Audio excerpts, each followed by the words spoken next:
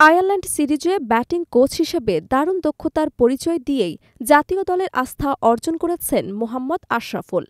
তার কাজে সন্তুষ্ট হয়ে বিসিবি নতুন করে চুক্তি বাড়িয়েছে আসন্ন টি-20 বিশ্বকাপ পর্যন্ত। একই সঙ্গে পদত্যাগপত্র জমা দিলেও বহাল থাকছে সিনিয়র সহকারী কোচ মোহাম্মদ সালাউদ্দিন।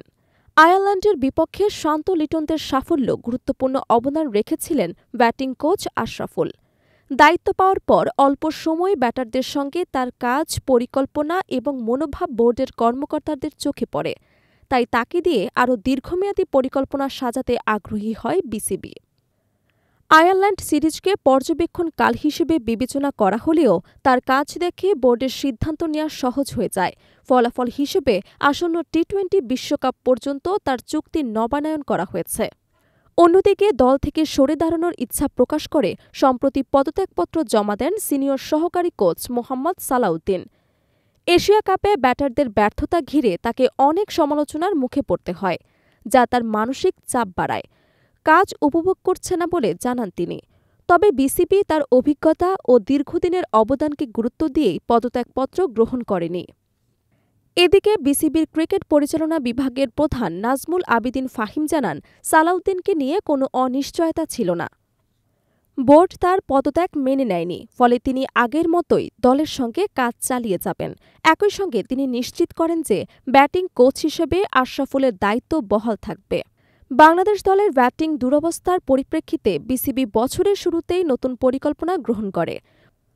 অভিজ্ঞ কোচদের পাশাপাশি এমন একজন ব্যক্তিকে ব্যাটিং ইউনিটে যুক্ত করার কথা ভাবা হয়, যিনি দেশের ক্রিকেট সংস্কৃতি ভালোমতো বোঝেন, খেলোয়াড়দের মানসিক দিক চিনতে পারেন এবং ড্রেসিং রুমের ভেতরের চাপ সামাল দেওয়ার অভিজ্ঞতা রাখেন। সেসব দিক বিবেচনা করে অবসরের পর কোচিংয়ে মনোনিবেশ করা মোহাম্মদ আশরাফুলকে দলে ভেঙেছে বিসিবি। ক্রিকেট জীবনের শেষ ভাগে থেকেই বিভিন্ন কোচিং, কর্মশালা, আন্তর্জাতিক প্রশিক্ষণ এবং ঘরোয়া ক্রিকেটে কোচিংয়ের অভিজ্ঞতা সংগ্রহ করেন তিনি। তার এই প্রস্তুতি এবং যোগ্যতাই তাকে জাতীয় দলের কোচিং প্যানেলে জায়গা করে দেয়।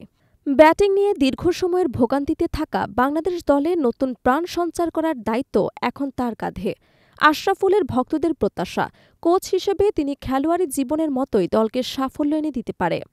বিসিবির এই সিদ্ধান্তে আগামী বছরগুলোতে দলের কোচিং সেটআপে ধারাবাহিকতা বজায় থাকবে, কারণ বিদেশি কোচদের পাশাপাশি দেশীয় কোচদের ভূমিকা দিন দিন বাড়ানোর পরিকল্পনায় রয়েছে বোর্ড।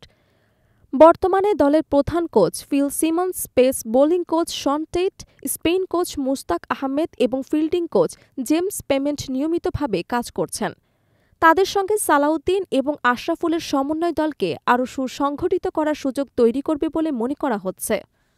2026 সালে ভারত ও শ্রীলঙ্কায় অনুষ্ঠিতব্য টি-20 বিশ্বকাপকে সামনে রেখে এখন থেকেই দীর্ঘমেয়াদী প্রস্তুতি নিতে চায় বাংলাদেশ।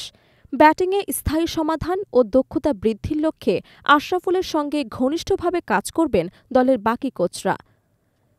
বোর্ড আশা করছে সাম্প্রতিক সিরিজের মতোই ভবিষ্যতেও তার পরিকল্পনা এবং কাজ ব্যাটিং ইউনিটকে শক্তিশালী করে তুলবে। জাতীয় দলের নতুন এই কোচিং কাঠামো আয়ারল্যান্ড সিরিজের ইতিবাচক ধারাবাহিকতাকে আরও এগিয়ে নেবেন কিনা এখন সেটি দেখার অপেক্ষা।